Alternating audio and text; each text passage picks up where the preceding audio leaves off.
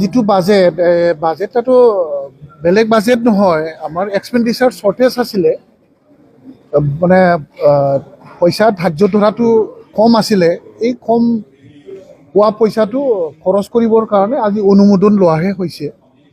আৰু আজি যিটো বাজেট, এই বাজেটত আমাৰ যিটো বৰ্তমানৰ চাকৰিয়ালবিলাকৰ পেঞ্চন স্কিম নাই, এই পেঞ্চন স্কিম নথকা বতৰত আমাৰ যিসকলে BSc পিৰিয়ডৰ পৰা আজিলৈকে ছেক্ৰেটাৰিয়েট আৰু এছেম্বলিত কাম কৰা আমাৰ ব্যুৰ'ক্ৰেটসকলৰ যিটো pension, one time settlement, one time pension ব্যৱস্থা কৰাৰ কাৰণে আজি আমি অনুমোদন জনাইছোঁ।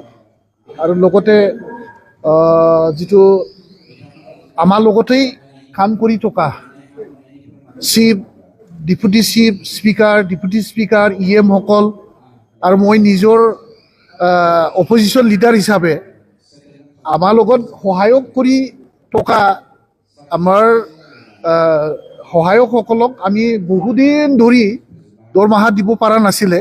আজি সেইটো দৰমহা দিবৰ কাৰণে, ৰেমুনাৰেশ্যন দিবৰ কাৰণে আজি এটা গ্ৰেণ্টছ এপ্ৰুভ কৰিছোঁ। আৰু এতিয়া তেওঁলোকৰ যিটো ৰেমুনাৰেশ্যন, আমাৰ লগত কাম কৰা যিসকল আমাৰ হেল্পাৰ, সহায়ক, তেওঁলোকৰ মাহিলী দৰমহা দিয়াৰ এটা সুযোগটো হ'ল। এইখিনিয়ে বাজেট আৰু বেলেগ একো নাই। তাৰপিছত যোৱাকালি যিটো আমাৰ বাজেট হৈ গ'ল, যিটো প্ৰথমলানি যিটো বাজেট, এই বাজেটত আমাৰ জেমছ বসুমতাৰী, ফ্ৰেছ মুছাহাৰী ডাঙৰীয়াই যিটো মানে তথ্য বিচাৰিছিলে, সেইটো আছিলে যে আঢ়াই লাখ মানুহক লেণ্ড অলটমেণ্ট দিয়া হ'ল, পাট্টা দিয়া হ'ল বুলি কৈছে। এই পাট্টাদাৰসকলৰ নাম আৰু লোকেশ্যন আৰু কিমান বিঘা মাটি, কাৰ নামত কিমান মাটি দিয়া হ'ল, এইটোৰ তথ্যহে আমি বিচাৰিছোঁ। কিন্তু তেওঁলোকে আজি যিটো দেখিলোঁ, যিটো মানে যোৱাকালি আমাক যিটো তথ্য দিছে, এই তথ্যত কি লিখা আছে? তেওঁলোকে মানে লেণ্ড চেল এণ্ড পাৰ্চেছ, এইটো এটা ছেটেলমেণ্ট হয় নেকি? কিনা আৰু বেচা, কাৰোবাৰ বোলে সমস্যা আছিল, এইটো সমাধান হ'ল।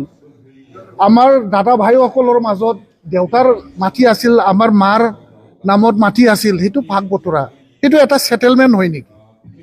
তেনেকুৱা মানে যোৱাকালি যিটো আমাৰ EM ডাঙৰীয়াই আমাক মিছা কথা কৈছে বুলি কৈছে। আপোনালোকক আমি তথ্য, আঢ়াই লাখ মানুহৰ লিষ্ট নেকি? তেওঁলোকে আমাক যিটো দেখুৱাইছে, এই দেখুওৱা তথ্য মতেতো তেওঁলোকে কেইটামানহে মানে ছেটেলমেণ্ট কৰিছে। কিনা বেচাটো কি আছে? ম্যাদী মাটিহে কিনা বেচা হয়নে নহয়? ৰিক্লাছিফিকেশ্যন, মোৰ মাটি আছিলে খেতি মাটি, এতিয়া মই বাৰী মাটি কৰিছোঁ। মোৰ খেতি মাটি আছিলে, এতিয়া মোৰ ঠাই কৰিছোঁ, বেপাৰী ঠাই কৰিছোঁ। সেইটো কিবা এটা ছেটেলমেণ্ট হোৱা নেকি?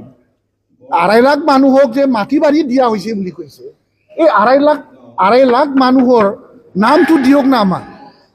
কোন কোন চাৰ্কেলত কাক কোন লোকেশ্যনত কিমান বিঘাকৈ মাটি এলটমেণ্ট দিছে, আমি সেইটোকে বিচাৰিছোঁ। সেইটো কিয় দিব পৰা নাই?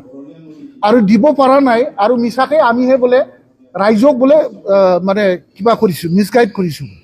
তেওঁ নিজে মিছগাইড কৰি আছে, ওলোটা আমাক মিছগাইড কৰিছোঁ বুলি কৈছে। আৰু আমি আজি আপোনালোকক আৰু এটা কথা ক'ম, ৰাইজক আৰু এটা অৱগত কৰিম। মই যোৱাকালি এটা আনষ্টাৰ্ট কুৱেশ্যন কৰিছিলোঁ যে আজিলৈ মানে যিটো LP school, ME school, high school, ME মাদ্ৰাছা, হাই মাদ্ৰাছা, higher secondary school, junior college আৰু ডিগ্ৰী কলেজ, কিমানটা স্কুল অনুষ্ঠান মানে প্ৰভিন্সিয়েলাইজ কৰা হ'ল বুলি মই এটা প্ৰশ্ন কৰিছোঁ। ইয়াৰ প্ৰশ্নৰ উত্তৰটো আমি দিব পাৰোঁ আপোনালোকক। আজিলৈকে কোনো LP স্কুল প্ৰভিন্সিয়েলাইজ কৰা নাই, আজিলৈকে কোনো ME স্কুল প্ৰভিন্সিয়েলাইজ কৰা হোৱা নাই, তেওঁলোকে লিখি দিছে আমাক। আৰু মাত্ৰ 10টা কলেজ প্ৰভিন্সিয়েলাইজ কৰা হ'ল বুলি কৈছে।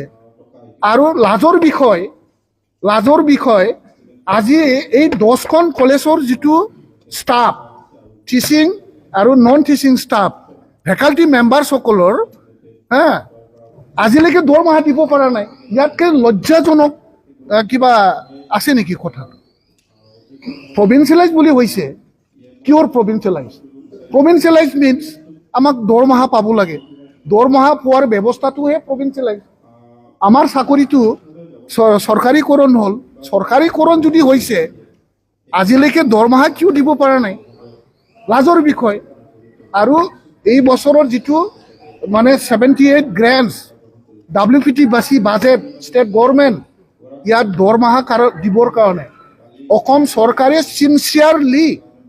চিনচিয়াৰলি এই 10খন কলেজত কাম কৰা শিক্ষক আৰু মানে নন টিচিং ষ্টাফক দৰমহা দিবৰ কাৰণে বাজেট